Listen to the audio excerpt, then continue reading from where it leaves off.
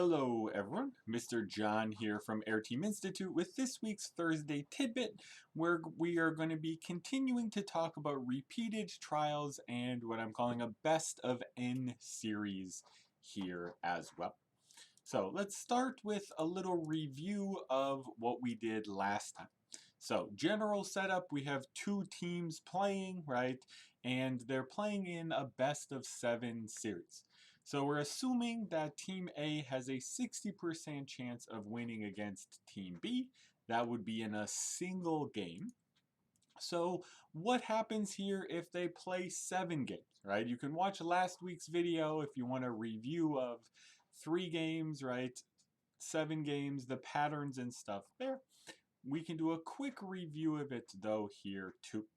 So if they're playing that best of 7, remember that means it's the first to 4 wins in the real world, right? If Team A wins the first 4 games, they stop playing. There's no point to play the game if it has no effect on the final outcome. However, one of the things that allowed us to come up with some patterns last time was that we recognized that winning this best of 7 is equivalent to winning at least 4 games if you played 7 games in total. So while in the real world, they may not play all 7 games if they don't matter, we can just assume all 7 are played when we're doing our calculations and count the number of ways, or really calculate the probability that the team wins at least 4 games there. Now, at least 4 means we have to do cases, and right, using the binomial theorem or binomial distribution, we had an answer like this from last time. So let me go through each of the components here quickly. So we have cases. You could win 4 games. Now, it does matter for probability and counting which 4. So there's more choices, right? You could win the first 4, the last 4, or the first, third, fifth, seventh, right, etc. So you could win 4 games, so you have to choose which 4 games. Similarly, you could choose which 5 games to win, 6 games to win, or 7 games to win. So that is our pattern here with choosing which games are actually won. Now, suppose you say, okay, we're looking at the case where they win the first 4 games. Then in terms of probability, they better actually win those 4 games. So there's a 0.6 chance they win the first game, 0.6 second, third, fourth. So that's our 0.6 to the fourth. If they win 5 games, 6 games, or 7 games, we have that same pattern there. Now, what about them actually losing, right? If we say they win the first 4, that means we're saying they lose the last 3. So what's the probability of that happening? They have a 0.4 chance of losing any given game. And so we have this same thing there. And what I'm stressing again is looking for the pattern. So we have 7 choose 4, 7 choose 5, 6, 7. We have our exponents of the 0.6 increasing and our exponents of the 0.4 decreasing. And so if you do all of this calculation, you get roughly a 71% chance. As mentioned last time, this is greater than the 60% chance in a single game, which makes intuitive sense, as the more games you play, the less you're leaving up to chance in this case. Now, what's really happening, however, in the real world, if we're talking about NBA or NHL playoffs, things like that, typically these games are played in one of the team's arenas. So this is what we would call on the home and on the road. So our assumption here now is that there's this kind of 10% boost either way. So Team A wins 70% of their games at home, and we're going to assume for this problem that they win 50% of the games on the road. Right? I have pretty nice numbers. This affects the same way up and down for both teams in this case. If you're doing this in practice, maybe you could have better data, figure out some stuff from there. But then what we're going to do is actually we have the following schedule. So games 1 and 2 are home games for Team A. Game 3 and 4 are home games for Team B. meaning that it's home for the first 2 games for Team A, then on the road for the next 2 games. So if we think about this from Team A's perspective, right? So that's where we're doing all of these calculations. What's the probability Team A wins, etc. It's really going to be helpful on the next slide and stuff when we start doing these calculations. We have 2 home games, then we have 2 on the road games or away games, depending on how you want to think about this. And then we would have the last 3 are going to be home, road, home, right? So that is our setup of this there. So we're trying to figure out these then according to these new assumptions that we have these home games, road games, and it's kind of alternating roughly through those best of 7 games. Now, our question from last time that we're going to take a look at today is, under these assumptions, what's the probability that Team A wins that best of 7 series? How does this compare to the original calculation? And in the real world, what other factors might come into play? How could we incorporate some of these things? How might we want to look at other expressions or things like that there as well? Now, warning, this question is a lot messier, right? So these new assumptions here make things fairly messy in this case. So as a fair warning, right, we do have some messiness here. Again, try to look for some patterns. We'll do kind of one of these cases in more detail, skip some of the other stuff, and just have the answers written out there. This is also something you might want to check with a computer simulation or things like that as well. Now, again, we have that best of 7 is the same as they win 4, 5, 6, or 7 games exactly if they play all 7 total. So here, let's look at these cases there separately and say, okay, what's the case that they win exactly 4 games, and this kind of is out of 7 in this case. So this would be exactly 4 of those 7 games, assuming that we play all 7 games regardless there as well. Now, to remind us of the 7-game schedule, we have 2 home games, then 2 road games, then home, road, home. Now, one of the advantages here of kind of thinking about it this way and looking at the logic of doing it here is that the ordering of these things, right, doesn't matter as much in this scenario, right? So if they win exactly 4 games, we have 4 home games to choose from, right? So what we have here is we basically have 4 home in total, and we have 3 road games in total in that case there. So we want to say we win exactly 4 of these games, and now whether they're on the home and road, unfortunately, right, if we're talking about a simple calculation here, this stuff matters a little bit more in this case. And so this is where we actually need to do some cases here to think about where they win the games in this scenario. So what is a case we could look at? And let's look at the first one of these and talk about that in a little bit more detail. And then we can kind of go from there to understand how they work in general.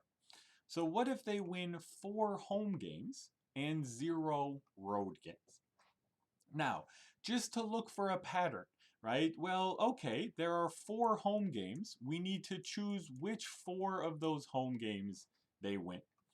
There are 3 road games. We need to choose which 0 of those home games they win there. Now, as I mentioned, future-proofing here a little bit. Let's remind ourselves of the numbers as well. For each of those 4 home games, the probability they win that home game is 0.7. So we would have 0.7 raised to the 4th power there. Now, the probability they lose all of the road games is 0.5 raised to the third power. We said there's a 0.7% chance, 70% chance that they win at home, 50% chance they win at the road. Now, why do I have the weird spacing like this here? Just for other purposes, I want to put in the other numbers too. So they win 0 games at home, or sorry, they win 4 games at home, meaning they lost 0 games at home. The probability they lose at home is 0.3. The probability they win on the road is 0.5. So we can write this as then 0.7 to the 4 for the home wins, 0.3 to the 0 for the home losses, 0.5 to the 0 for the road wins, 0.5 cubed for the road losses.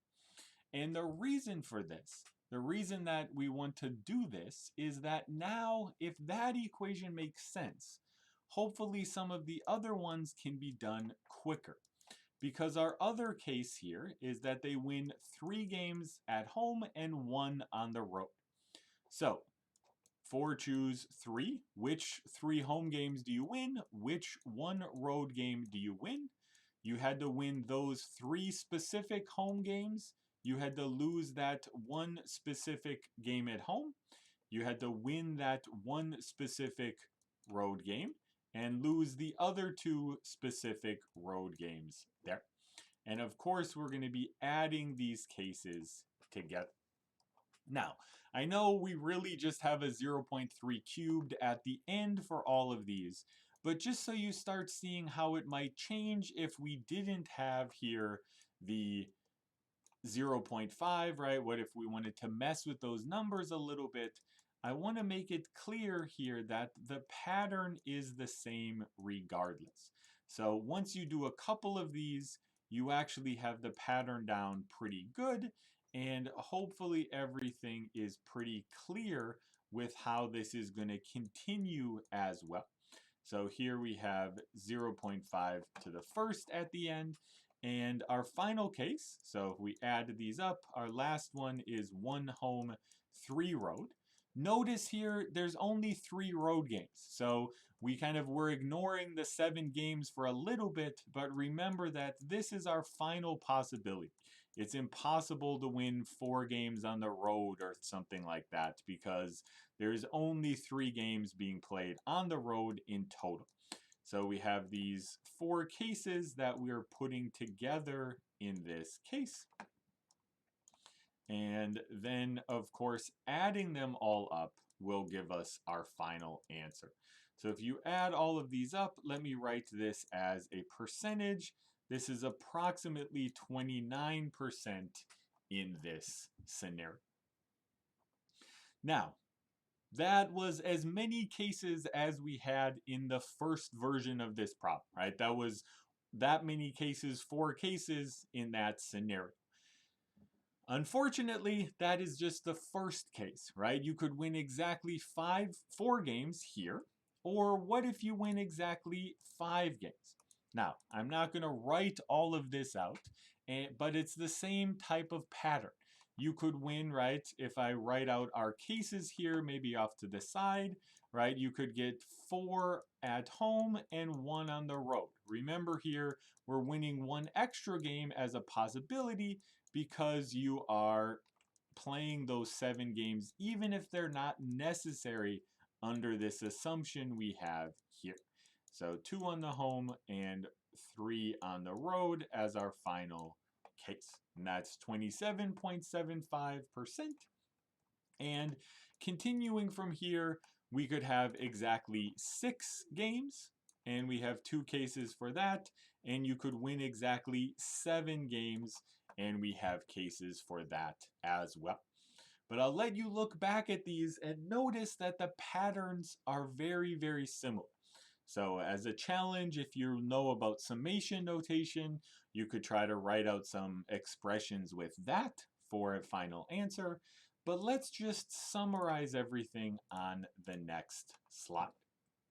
So with this home-away schedule, putting them all together, the probability is 74.2%.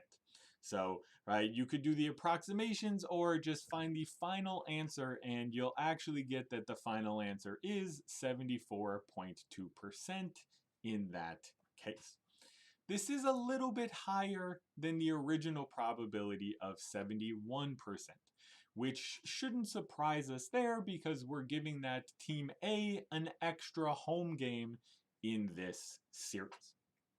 Now, we saw that this already got pretty messy, but I do want to say and give you some things to think about, that maybe if you're doing the simulation route or something, what are some other factors you might want to bring into play, right? Well, there could be a lot of things, right? Maybe it depends on the record of the series, right? If the team is ahead, maybe they're less likely to win, right? They won 2 games in a row, they're feeling overconfident. The team that's down 0-2, right, has a lot of, right, extra energy because they don't want to fall down 0-3. Maybe they're more likely to win, right? Maybe you're more likely to kind of win if you kind of won the previous game, right? So maybe it's kind of a little bit different from that. Maybe, right, depending on, right, oh, if you're 1-1 going back to game 3, where it switches from one team's arena to the other team, maybe that gives the new home team, so Team B, for example, an extra boost, right? So there's a lot of these different factors that come into play. And that's even ignoring things like, right, what if a person gets injured, or what if one team gets tired more than the other team? And you can quickly see that real life predictions of these can get quite complicated there. But hopefully this gives you at least a little bit of a flavor of what's going on with these predictions, how the different series might affect things as well. That will do it for this week's video. If you enjoyed it, please subscribe, like the video. All of those things really help us out. And stay tuned for a new topic next week. And if you have ideas, suggestions of something you want to see, let me know in the comments below. Bye, everyone.